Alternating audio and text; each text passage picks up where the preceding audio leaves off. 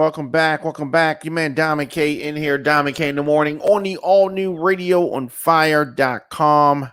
Thank you for joining me. Of course, you can always catch our episodes on youtube.com/DJ Diamond K.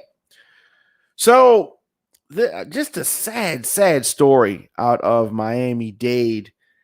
The building collapse that we have been witnessed the effects of. I mean, this is just a sad situation. So, of course, many people know this Miami-Dade building collapsed. As of now, 159 people still unaccounted for. Still unaccounted for. At least 4 people have died. And the rescue teams continuing to search for residents trapped in the rubble of this collapsed Champlain Towers condo complex in Surfside, Florida. So in a press conference this morning, the Miami-Dade County mayor said that we will continue search and rescue because we still have hope that we will find people alive, she said. That is exactly why we are still continuing, and that is why we are using our dogs and our sonar and our cameras, everything possible to seek places where they may still be people to be found, she said. So nearly half of the apartments in this 12-story building collapsed 1:30 a.m. on Thursday. I mean, can you imagine the horror? I mean, most of these people were probably sleeping, and this thing goes down. When you look at this building, when you look at these pictures, when you look at the photos of the structure, the aftermath of whatever happened, it looks like a bomb exploded. People described what they heard as a bomb sound. It sounded like an explosion.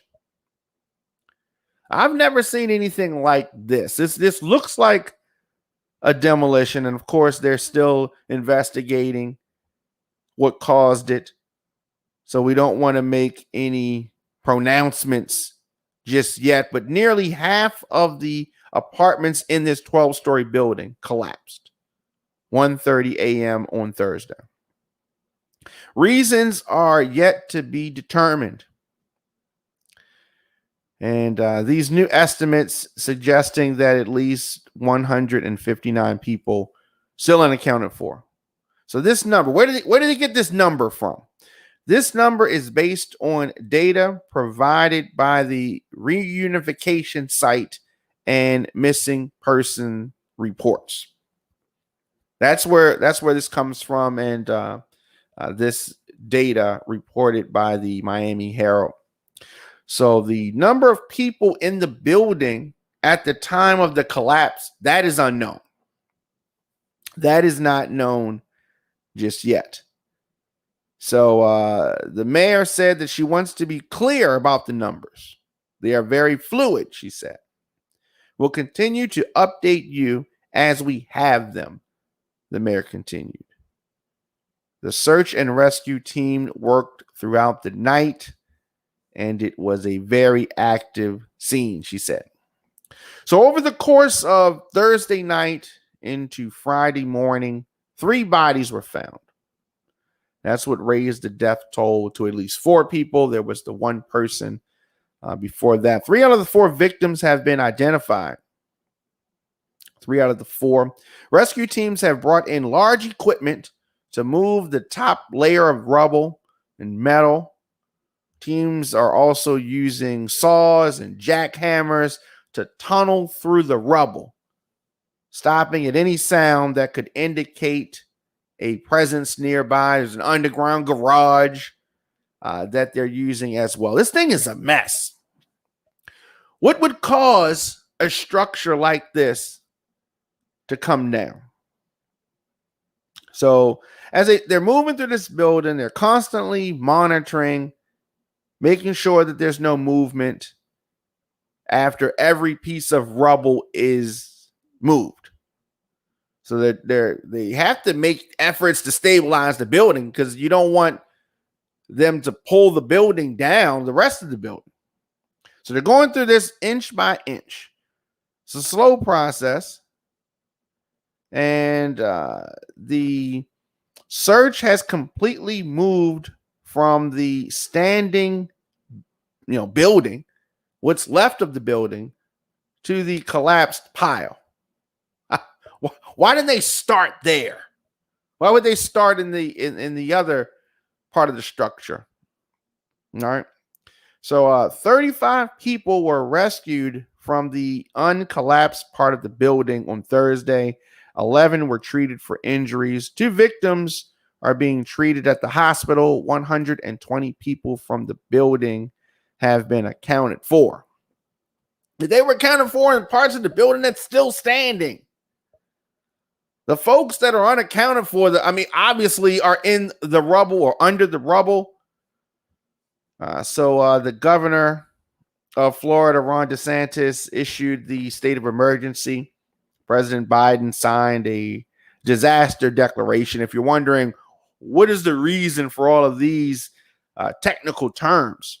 It will give way for federal or FEMA, the Federal Emergency Management Agency, to begin supporting and taking over the operation, the recovery efforts, for survivors and all of that. So they're working tirelessly and staying united, the local, county, state, and now the federal support.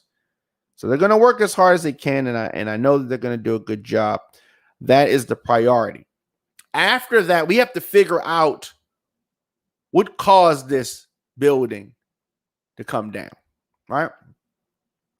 The building was in bad shape. The building was not the best building.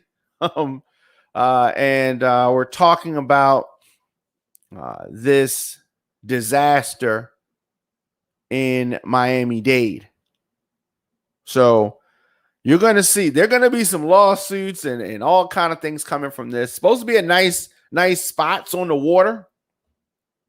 Not what you would expect, given the location, right? You're expecting it to be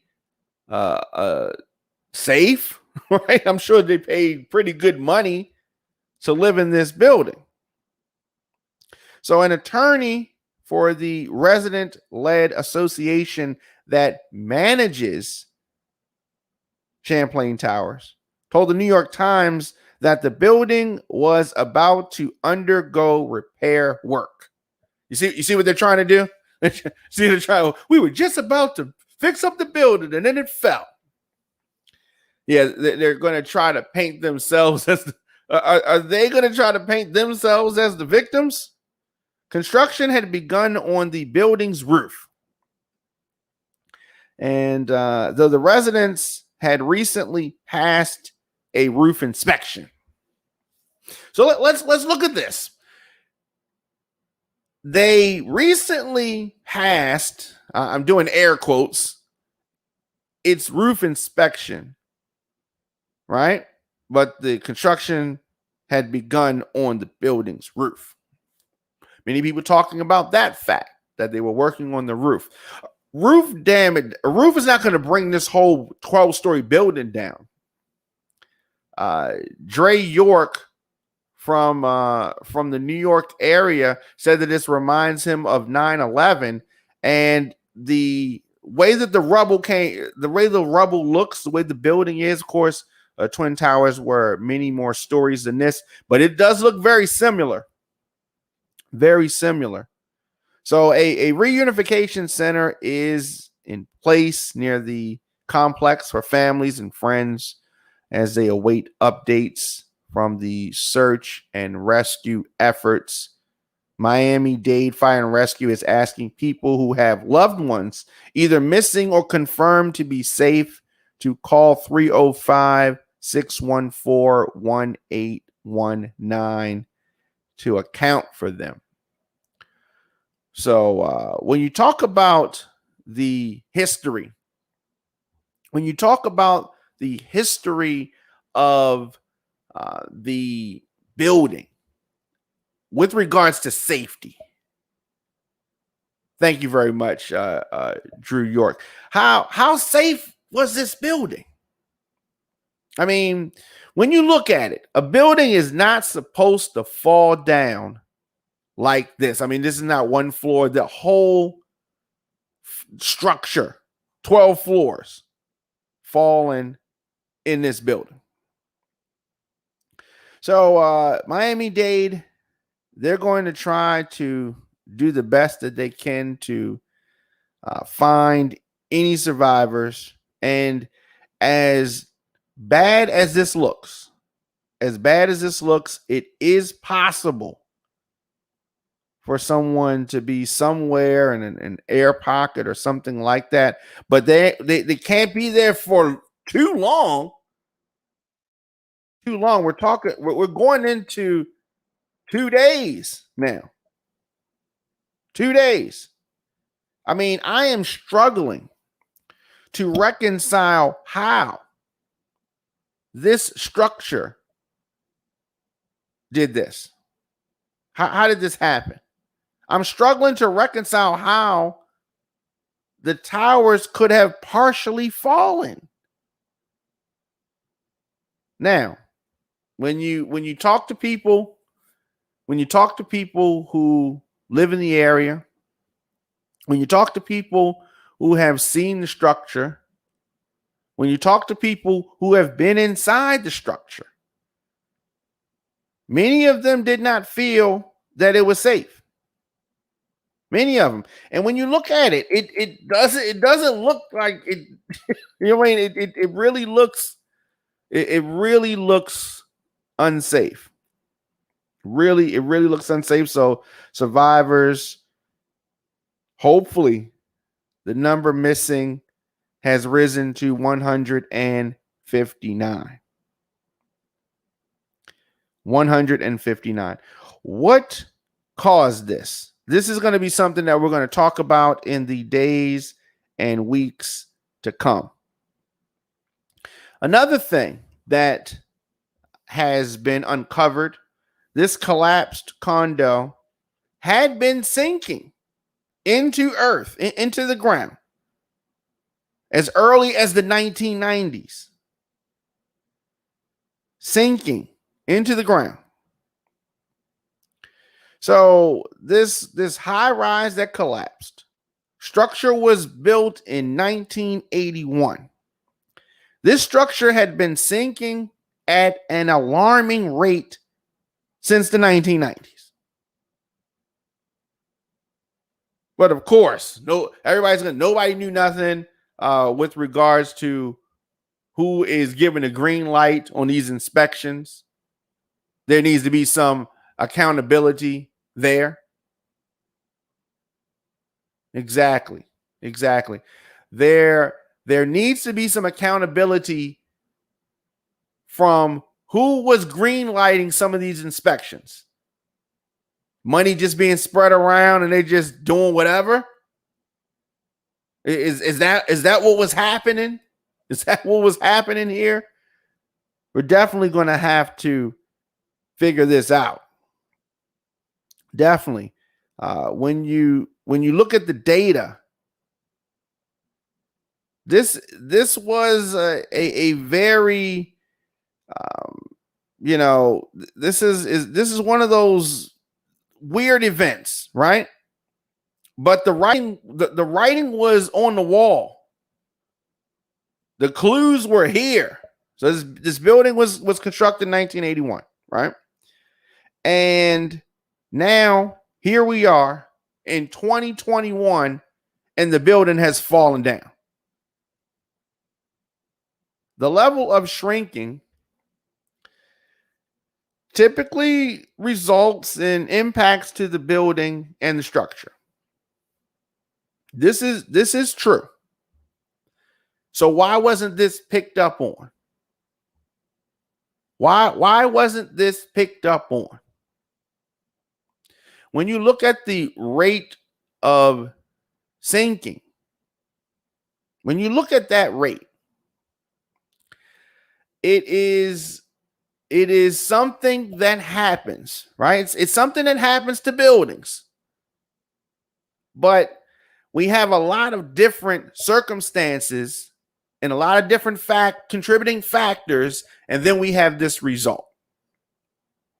So yes, it is not totally uncommon for a building to sink somewhat.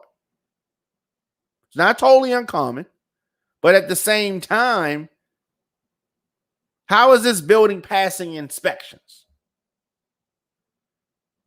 How is this happening? How is this happening? And I see in the comment section they're talking about 1 millimeter a year. But the 1990s study of the land displacement in the area of the Champlain Towers South Complex showed actually that the land sank roughly 2 millimeters a year over the course of the study. And that is true. New Orleans is sinking at a higher rate. Venice as well, right?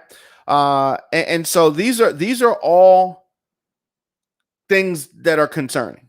Now, this is an extraordinarily unusual event. But so we don't want to speculate too much, but I'm very concerned. I'm very concerned about these inspections. I'm very concerned about the fact that this is what you call infrastructure. These are some of the things at the core. So as the workers are going through and sorting through the rubble,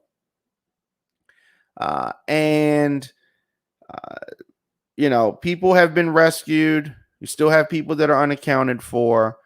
We are hoping and praying, all of that kind of stuff. But we have to look. There's so many factors that can go into this. Water damage, cracks. The county requires commercial and multi-family buildings to recertify every 40 years. So that process involves electrical and structural inspections for a report to be filed with the town. So it was underway for the condominium building, but had not been completed. So there's that fact there. So a lot of these things that are going on or resulted from this, they're going to say, "Oh, we were just about to get to that." This was we just had planned. The pandemic pushed us back. They're going to probably say some things like that. If this building had serious problems, the town, the powers that be in the town should have known that. So in 2015, a lawsuit alleged that building management failed to maintain an outside wall, which resulted in water damage and cracks. The owner who filed that suit had previously sued over the same issue. This is according to court filings. And the management company paid for the damages in the earlier case. So, there are going to be some things that pop out like this. Cracked walls and shifting foundations can be clues that sinking has affected the stability of the structure. This is something that can point to that. I'm sure that residents of the building noticed some changes. People that had been in the building for a long time, I'm sure that there had been some changes. Were there cracks in the floors? Were there cracks in the walls? The floors not being leveled? Things rolling off tables? These are all, evidence that the building was shifting. And I am sure that there had to be some signs that residents probably saw but did not know exactly what was going on. We definitely, in 2021, we need to have some technology that can determine which buildings are at risk for collapse due to the, wear and tear process. There has to be stuff like that. In 2021, satellites, drones, and other things are used to monitor, where Florida might be sinking or where a town may be sinking, and to understand which buildings might be at risk. So those efforts, things like that, has to be something that is at the forefront of our thought. Has to be. So this is what you call infrastructure. So if we have things like this happening, our bridge is going to be falling down. Our road's going to be, what I mean? This is like the sinkhole, the sinkholes. In Baltimore, we went through this period where we started having all these sinkholes. So was this an example of a progressive collapse? Was it something else? I don't know. There are a lot of things that it could have been. There are a lot of things that it could have been, excuse me. And there is always going to be a concern for structures that are built. Always. So let me know your thoughts in the comment section. Instagram, Facebook, Twitter, LinkedIn, TikTok, at The Diamond K Show, at Radio on Fire, of course. Here on the program, we deliver the biggest political and trending news stories of the day with original reporting from across this country, emanating from our studios in Baltimore and Atlanta. Show is fun, show is upbeat, but I also want to really expose what is happening in this country. Program is available on demand, youtube.com/DJ Diamond K, on the WRF Radio app, Apple Podcasts, Stitcher, Spotify, Google Podcasts. Anywhere you get podcasts, just search Diamond K in the morning and get breaking news, adult conversations covering topics that are important. Visit radioonfire.com for our original radio podcast and TV programs. You want to support the show, Diamond K in the morning, very easy to do that. radioonfire.com/donate is where you go. And I will see you guys tomorrow.